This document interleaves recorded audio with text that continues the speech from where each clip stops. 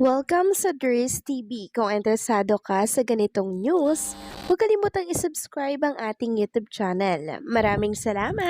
Welcome back again sa ating YouTube channel mga kakimpaw, and sa update natin ito ang pag-uusapan natin ay tungkol sa mga importanteng kaganapan kina Kim and syempre kay Paula Avellino. Pero bago po ang lahat, maraming salamat sa inyong patuloy na pagsuporta at pagsabaybay sa mga daily update natin.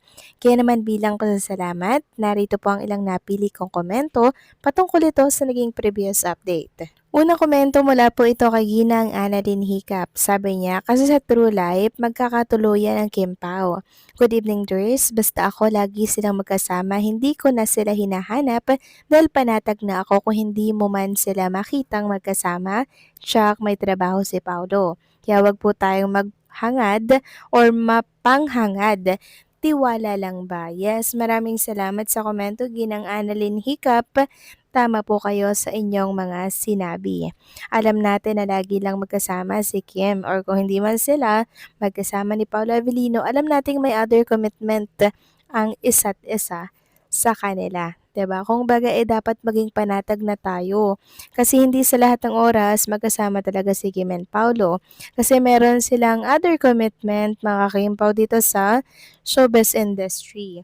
Alalahanin natin mga kakimpaw na artista sila, kailangan po nilang magtrabaho, mag-business, 'di ba? Nang sa ganon, mas marami pong income ang pumasok sa kanila. Yan na lang yung lagi nating isipin. Kaya minsan wag sasama po ang inyong mga loob kung may time na makikita ninyong wala si Paulo, wala si Kim Chu sa isang ganap, dahil yun nga po mga kakimpaw, merong other commitment ang isa sa kanila. And also mga kakimpaw, tayo naman ay panatag na, kaya okay lang na hindi natin makita sila together kahit paminsan-minsan.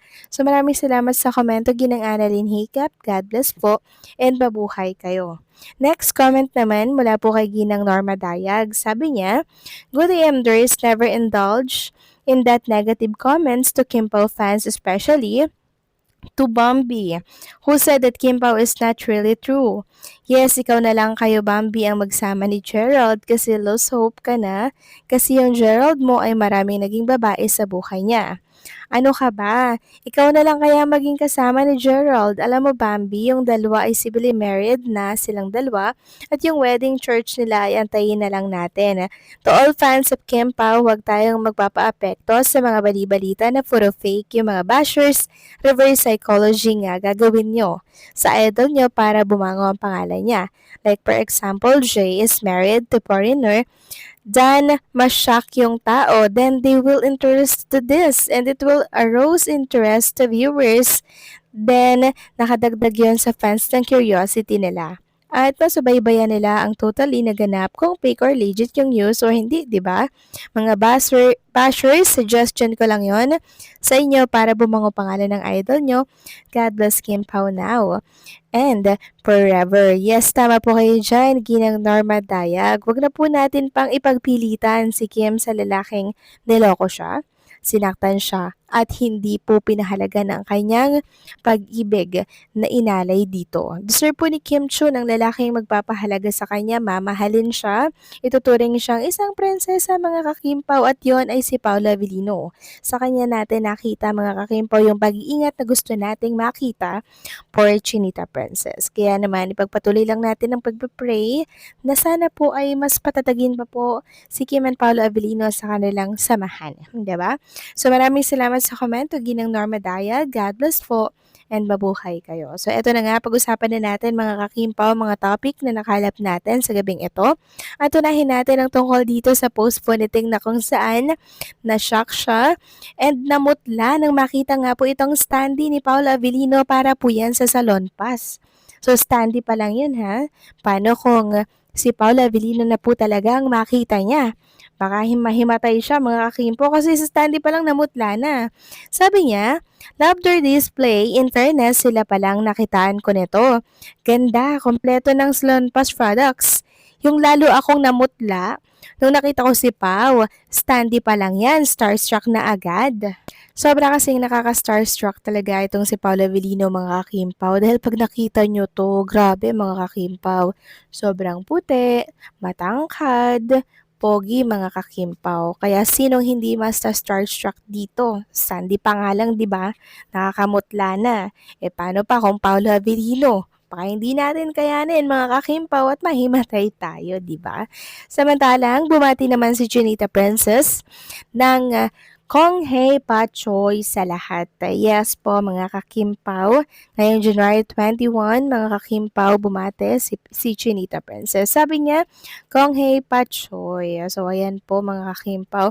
'Di ba every year may si Kim Chu mga kakimpaw, yung parang naghahanda po siya, hindi ba? Ewan ko lang ngayong 2026 kung maghahanda ba siya or not. Samantalang next topic naman tayo, pag-usapan natin ang pasabog ni Kim and Paula Avellino na tsak ay ikakayanig ng studio ng ABS-CBN.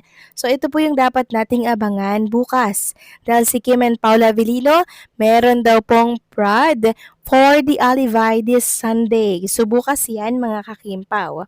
Sabi nga dito, makikibahagi rin sa opening ang mga host ng It's Showtime na sina Vice Gandaan, Curtis, Bong Navarro, Jong Hilario, Kim Chu, Karil, Amy Perez, Teddy Corpus, Jogs, Darren, Ryan Ayon, Jackie, Sian, MC, Lassie, kasama ang stars ng Roja na sina Donnie Pangilinan, Kyle Echari, Maymay, Kai Montinola, AC Bonifacio, Emilio Daes, Harvey Bautista, Jello Marquez, Kobe Brown, Micah Rivera, Luyanong at Jeremiah Lisbo, pati na rin ang mga artista ng What Lies Vinit na sina Janela Salvador, Charlie Dizon, si Ramirez, Kayla, Jake Cuenca, JM De Guzman at Jameson Blake. Abangan din ang isang nakakakilig na number mula sa mga bida ng The Alibay na sina Kim Chu at Paula Avellino, habang mga harana naman ang lead star ng Someone, Someday na sina James Reid sa kanyang version ng kantang Polish Heart. Sunod-sunod na dance showcases ang dapat abangan sa pangunguna ng PBB Big Winners Kim Chu, Melly Cantiveros kasama si Teacher Jorcel at ang G4 students, gayon din ang PBB Gen 11, Big 4 na si Piang Smith, Rain Selmar, Colette Madelo at Kai, at ang PBB Kapamilya Kola Big 4 na sina Brent Manalo, River Joseph, Ralph De Leon at Ishnier Ranolio. So ayan mga kakimpaw ha, abangan natin yung nakakakilig na number ni Kim and Paolo Avellino. So ayan po yung dapat nating abangan bukas dahil for sure pasabog na kulitan at kilig moment na naman ng ating pagsasaluhan for Kim and Paula Avellino. Kaya tutok na bukas yan mga kakimpaw, live na live sila sa ASAP. At tunghayan natin ang pasabog production number ni Chinita Princess. So paano mga kakimpaw, hanggang dito na lamang po ang update natin. Maraming salamat sa patuloy na pagsuporta.